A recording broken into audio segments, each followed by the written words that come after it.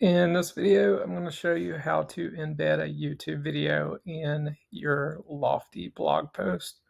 So you can see there's not really a button to make it easy, but the first thing you do is go over to YouTube, find your video you want to embed, click share, click embed, copy the code, and then you'll go back over here and you can see this little button right here that says HTML, or it says source code. So you can see it gives you the HTML source code, and then you can just go down and paste it in where you want to. So you can see that I pasted it in right there.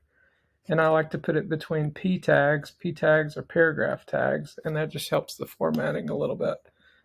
It's easy peasy like that. So if you were doing it with an image and then linking the image to your YouTube video, this is a better way for you to do it. Hope you enjoy. See ya.